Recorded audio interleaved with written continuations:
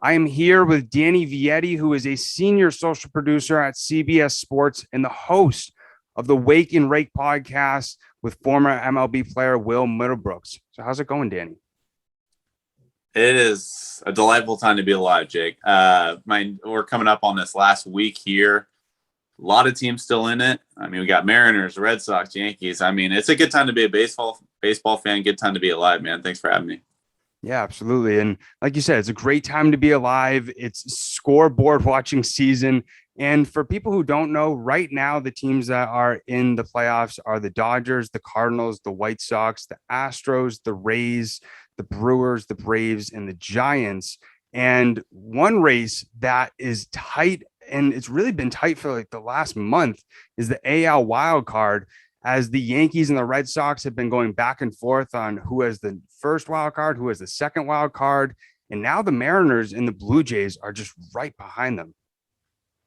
What Seattle's doing this year is, I don't want to say it's as impressive as Boston or New York because their numbers aren't quite up there, but maybe that makes it even more impressive because one stat really sticks out to me. Fangraphs, they have a formula. I don't want to bore anyone with the numbers and how they calculate it, but Fangraphs has a formula for clutch performance. So like high leverage situations, runners in scoring position, late in games, stuff like that. That's how they calculate it.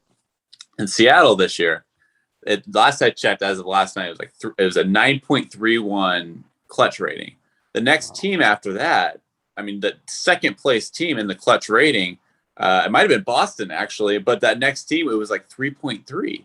So Seattle, their clutch rating is 3 times as many as any team in baseball, and that's incredible. And at first glance, I kind of motioned over to my dad, who was sitting next to me, and I was like, "That's kind of lucky. Are the Mariners just getting lucky?" And he was like, "Yeah, but it's not as if, he was looking at like batting average on ball in play, stuff like that. He's saying it's not as if they're just having duck snorts flying into left and right field every time the ninth inning comes around. Like, no, they're making their own breaks." And I kind of thought about it, and I'm like, you know what? Yeah, like make your own luck, basically. And so that's what Seattle's doing. They have a really good bullpen.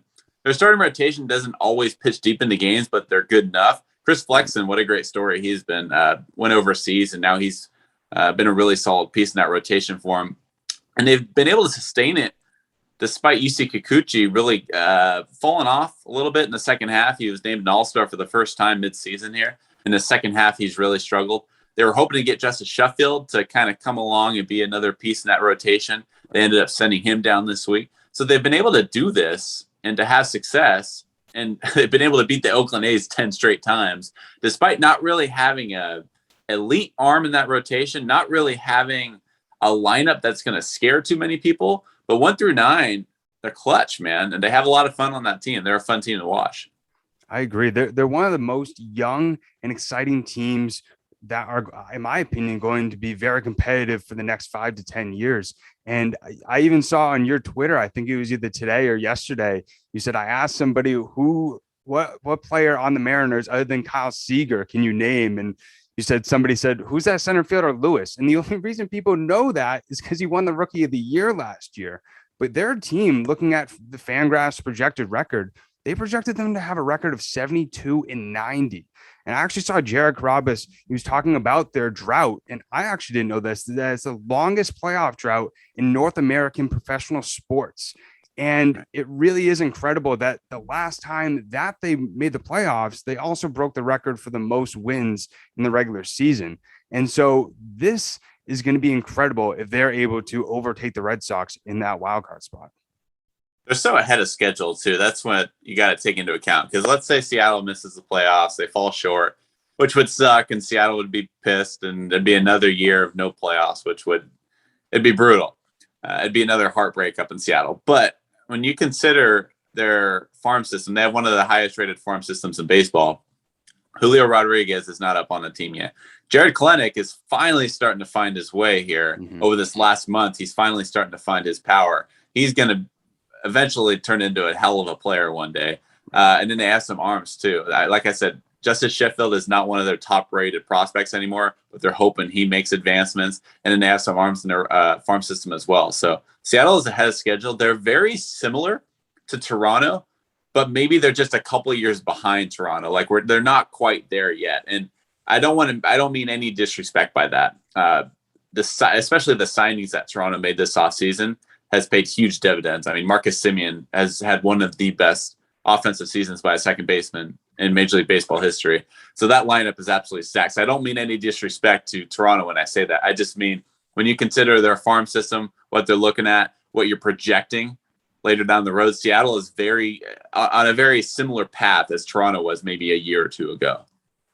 Right, but like it's something where when you think about the Blue Jays, you immediately think of Vlad Guerrero, Bo Bichette, like you said, Marcus Semien as well. And it's crazy to even think that the Mariners are a half a game ahead of them right now, especially with how hot the Blue Jays have been throughout this past month. And you brought up their farm system. It was kind of cool because I got to meet Jared DePoto when he was the special assistant for the Red Sox.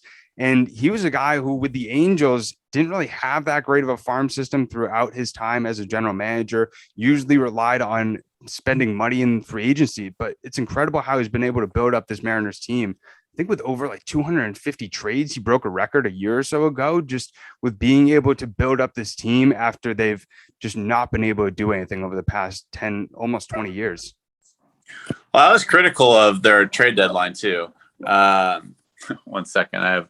I'm visiting my parents right now, and so I got little dogs yapping away over here. No, I was actually critical of their deadline move when they traded away Kendall Graveman. I really didn't like it. They basically gave away their starting closer, who was having a heck of a season. He was coming back off a really good year last year too.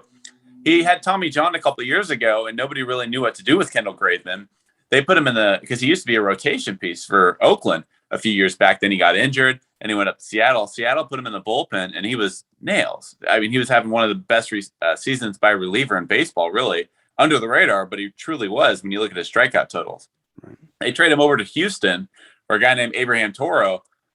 And people are like, what are we doing? Like, Seattle, you have a chance here to finally make the playoffs for the first time in 2 decades. As you mentioned, longest drought in North American sports, of the 4 major sports at least.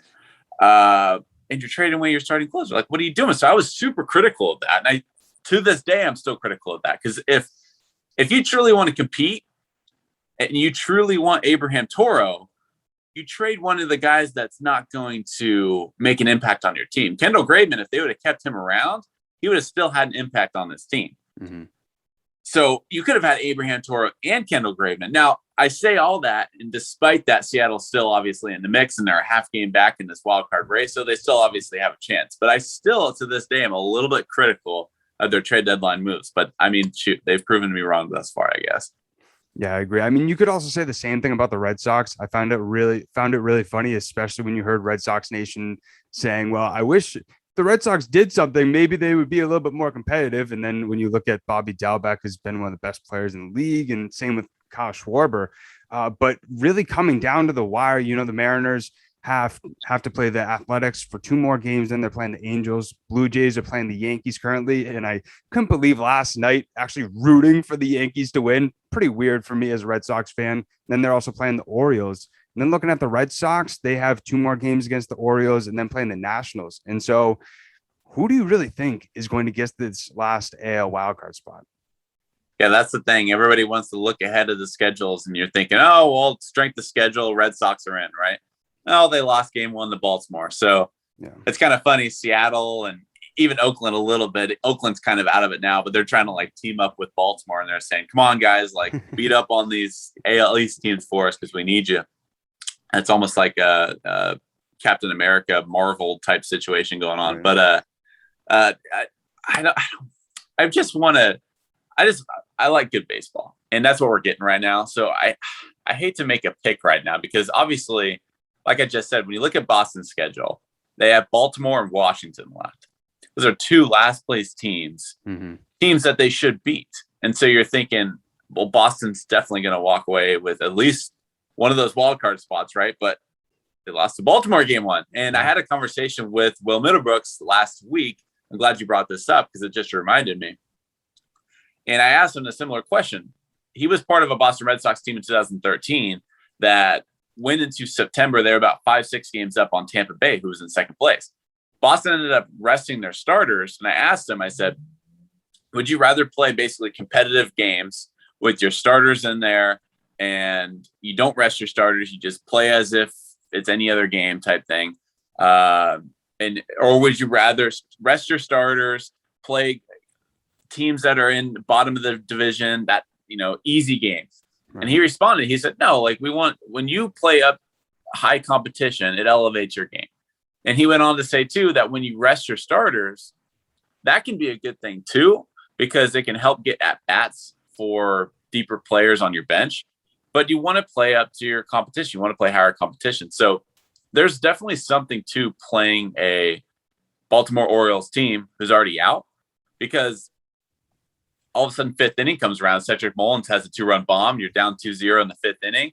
That pressure just starts to mount, and you start to feel it, and you start to look around. It's 2-0, and it's like, Bobby, it's 2-0. Let's get it going here. Xander, it's 3-0 here in the seventh inning. Let's get it going. So that pressure really does mount when there's expectation placed upon you. I mean, shoot, look at the San Diego Padres, who fell well short of expectations this year, especially on young teams. Now, I'm not saying Boston's a young team, but anytime you have expectations placed upon you, that pressure feels a little bit more weighted each and every inning. Yeah, it's really weird, looking at how the Orioles sort of are, how the Red Sox have to get into the playoffs. It reminds me so much of 2011 and the heartbreaking game where Kyle Crawford, missed that diving catch, and, also Evan Longoria hit that walk-off home run for the Rays. And obviously the team doesn't have as much expectations as that team did with Kyle Crawford and Adrian Gonzalez. But yeah, it's definitely going to come down to the wire. Like you said, I love good baseball as well. And as much as I want the Red Sox in, as a fan, I'm just happy that they played well this season. I'm just happy that they weren't a 500 team like everybody expected. But you say that, but and I 100% believe you, by the way. But all of a sudden, all these Boston Red Sox fans coming into the season, the over/under win total for the Red Sox season, I think it was 81.5 coming into the year.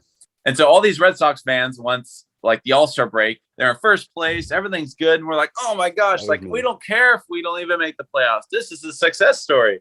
And now we're in September, and they might not make the playoffs. And all of a sudden, Red Sox fans are like, okay, this isn't okay anymore. It's just kind of funny how that script flips. Well, yeah, I mean, and the thing is I had a lot of people be like, Jake, that's why it's a 162 game season. But like, I had that New England confidence, cockiness in me. I'm like, well, you hate us because you ain't us. And, now it's kind of biting us in the butt. And also, if you look back like 8 days ago, the Red Sox were on a 7-game winning streak, and then they get swept by the Yankees. It's been such a roller coaster ever since the All-Star break. It's nothing I've really ever seen, quite honestly, in baseball for what it's been like for this second half of the Red Sox. But one team throughout September that has surprised everybody is the St. Louis Cardinals. They just won their 17th game in a row last night, tied for the most consecutive or second most consecutive in the NL history. And it really is incredible seeing how much energy this team really has. And I said it this morning, if the Red Sox get eliminated, I'm rooting for this team to win the World Series. It's funny, St. Louis's story. And this is my biggest takeaway from this team is the age factor. St. Louis has one of the oldest rosters. When you look at their average age, they have one of the oldest rosters in baseball, not just among contenders, but in all of baseball. And then you look at their rotation. It's not like guys like Jack Flaherty is being dealing for him. No. It's been Adam Wainwright, who's 40 years old. John Lester, J. Happ, 39, 38 years old. Miles Michaelis came back from injury. He's 33 years old. Mm-hmm. And then they're hoping to get Jack Flaherty back in the mix. They're hoping to get Dakota Hudson maybe to provide some type of boost, if not the rotation, then the bullpen. Those are their only young guys, but they've been able to sustain this much success and go on a 17-game winning streak with old dudes. I'm talking old. I'm not talking 33. Like a lot of people are talking about the Giants. Oh, they're an old roster. Buster Posey, Brandon Crawford. They are older when you consider how young this league is. But those guys are, Buster Posey's 34 years old. Brandon Crawford, 34 years old. The Cardinals are doing this with 38, 39, and 40-year-old pitchers. Yeah. That's what's incredible to me. That we knew that division was going to be a little soft, or at least we expected it to. All of a sudden, the Reds were very competitive this year. The Brewers have completely taken off. The Cubs eventually ended up falling off. But, yeah, just so much credit goes to the St. Louis Cardinals. They have not had back-to-back losing seasons in decades. It's always a good time to be a Cardinals fan because you're never going to be out of it. We should have known this going into the season. Once St. Louis was falling off and San Diego was, yay, we're winning and we got the wild card all wrapped up. We should have known that St. Louis was going to become, charging down the hill come September. And here we are. It really is crazy thinking about that 2010, 2011 seasons and how, I didn't really, if you told me that in 2021, that Matt Carpenter and Adam Wainwright were going to be playing against Brandon Crawford and Buster Posey, I wouldn't believe you. And I thought about that this morning. I'm like, just watching MLB Network. It's crazy how both of these teams are still so good with pretty much the same players that were good in 2010, 2011, 2012. Yeah, I mean, you could definitely make the case that they wouldn't be there had they not had these big acquisitions. Though, I mean, Tyler O'Neill, my goodness, how good has he been this year? Don't want to call him an acquisition. It wasn't as if it was a midseason trade. I was more so referring to guys like Nolan Arenado. Mm-hmm. But Tyler O'Neill, he has the sixth fastest average sprint speed in baseball. It's faster than Tatis. That's faster than Ronald Acuna. And he also has 30 home runs plus to go along with it. Pretty freaking impressive. I mean, there's not too many outfielders in the game. We were talking about Cedric Mullins earlier.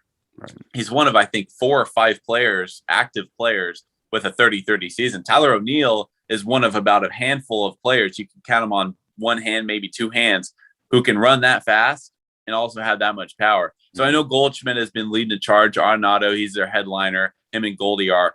But Tyler O'Neill, what he's doing out in the outfield. Harrison Bader has all of a sudden found his stroke at the plate too. So their lineup's clicking now. It took them a while, and they're doing it with old dudes. Their bullpen's a little bit younger, but they're doing it with old dudes in that rotation. They're doing it with old dudes in the lineup, Yadier Molina. But yeah, their lineup's finally starting to find their way, and they couldn't have picked a better time to do it. Yeah, I agree. And then another team like you brought up in the Giants, who have really been taking the whole league by storm throughout the entire season. I mean, all we heard about at the start of the season was the Padres and the Dodgers, and it all made sense because they essentially, if you looked at both of their rotations, both of their lineups, they had multiple all-stars. And then when you look at the Giants, an aging team that has some mediocre players and some low-level mediocre signings. At least that's what it looked like from just on paper. And you made a great tweet a few weeks ago talking about how incredible Farhan Zaidi has really built up this team since 2018. Looking at that, they finished in 2018 4th in the NL West with the 27th ranked farm system. And 3 years later, have the best record in baseball and with the 8th best farm system. And you also brought up the payroll as well. You know, they had the 5th highest payroll, and now they have the 10th highest payroll. And it's really incredible. It doesn't make sense. Seriously. To shed salary, boost your farm system, yet also be a winning team. Those 3 things, they don't add up. Like, that's not baseball. You can talk about sabermetrics and mathematics. That doesn't make sense. No. And Farhan Zaidi has been able to do that. He was hired in November 2018. Like you just mentioned, he has upgraded each of those categories. Yeah. There's really not another general manager that could say that to upgrade in all 3 of those categories in that time span. There's not another general manager that can say that in baseball right now. Right. I have 12 guys on one roster who have set career highs in home runs this season. 12. Like, there's only 9 players that play the field on a given day, and one of them's a pitcher in the National League. They have 12 different players with a career high in home runs this season. Brandon Crawford, Buster Posey did not set a career high in home runs this season. But Mauricio Dubon, like guys that they're bringing up from the minor leagues up and down, they're setting career highs. Tyro Estrada, who nobody knew was even in the league anymore, he set a career high in home runs. Darren Ruff, he played overseas in the KBO for a couple seasons. He's having a monster year. He's platooning. Unfortunately, Belt was not injured, but he was platooning with Brandon Belt at first base. He's had a monster season. The entire front office, I don't want to say they've reshaped their organization because they're not too many years out from winning 3 World Series in 6 years, but they was an older organization. They had an older manager in Bruce Bochy. They were a little bit more traditional in how they went about their doings. They've completely reshaped this organization, yet they've been able to keep a lot of their core together with Brandon Belt, Brandon Crawford, Buster Posey, and they've still been able to rack up 103 wins. I think they're up to now, which is incredible. They've been the best team after the first month of the season, after the second month, third month, fourth month, and now we're in September. They've been the best team in baseball from start to finish, no doubt. Yeah, it's really incredible. Another guy that I didn't even know who he was Wade O'Neill. I'm like, who the hell is this guy? I'm like, wait, this guy's hitting 270 with 18 to 20 home runs. And I had no clue who he was. Lamont Wade. Oh, Lamont Wade. Yeah. Lamont Wade that they acquired from Minnesota for Sean Anderson, and Sean Anderson ended up putting up, I think it was like an 8+ ERA with Minnesota. Then he ended up getting released. He ended up going to San Diego. He's currently down in the minors with San Diego right now. And they were able to get a guy like Lamont Wade, who has, like you just mentioned, nearly 20 home runs. And he's been placed in that leadoff spot at times. And he's done an excellent job in the outfield too. So yeah, it's the magician that is Farhan Zaidi at work. Seriously. And just looking at sort of like what this playoff landscape looks like, it's pretty incredible how pretty close you got to getting that World Series pick of the Padres and the White Sox. I could still see the White Sox getting there. But I don't think anybody, if you ask them at the start of the season, would think that the Padres would have a losing record right now of 78 and 79. I mean, it's really incredible. Obviously, it's a lot of injuries, a lot of how really it's played out for them throughout this season with things kind of blowing up in the clubhouse. And it's going to be really interesting to see sort of what happens throughout these playoffs. But I want to ask you, who do you see playing in the World Series? I want to hold off on an answer yet. And I know that that's not what everybody wants to hear, but I want to see what the field's looking like first. Because if Boston or New York or Seattle, one of those teams doesn't get in, which one of them won't, that shakes things up for me. You know, like I could see New York or Boston get really hot. I could see Seattle's got limitations, but maybe Seattle gets hot. I just want to see the field before I make a selection. I will say this. The American League, I want to stick with my prediction, even though it's not going to come true anymore. That San Diego dropped the ball for me. But I want to stick with Chicago. I'm not going to make my picks yet, but I want to lean towards Chicago. And I'm really excited about seeing Chicago because they haven't been healthy all season, the middle of that order. Yasmani Grandal, Luis Robert, Eloy Jimenez, they're finally healthy. And I'm really excited to see this lineup in playoff time because that team they're dangerous, man. I agree. I'm saying I've heard a lot of people say this, but I'd be really excited to see that these two teams play against each other again in the World Series. Is the Astros and the Dodgers. I think both of those teams going against each other with fans. Oh my God, that would be electric. And also, you'd probably see a lot of fights in the stands as well. It would be interesting. It's definitely that bad taste in your mouth, rivalry, scandalous flavor in the air, no doubt about it. I'm a sucker for new teams. So everybody wants to see New York, Boston in the wild card game, which I'd be lying if I told you I wouldn't want to see that too. Seeing those two teams going at it in a 1-game elimination game. Oh, yeah. That's good baseball right there. But like I said, I'm a sucker for new teams. I'm a sucker for the new stars like Fernando Tatis and Vladdy and Juan Soto. So Seattle, I really want to see Seattle in the playoffs here. So to your point, or going against your point, I should say, Dodgers, Astros. I've seen it before. I've seen the Dodgers in the World Series like every year, I feel like, for the past decade. Well, maybe not the World Series, but every year I've seen the Dodgers get close, if not winning the World Series for like the last decade. I'm ready for a new team. Same with the American League. I've seen the Astros in the playoffs for years now. Give me some new flavors here. Yeah, I completely agree with you. It's going to be really exciting, and it's crazy that we're almost in October. And Danny, really appreciate you taking the time today.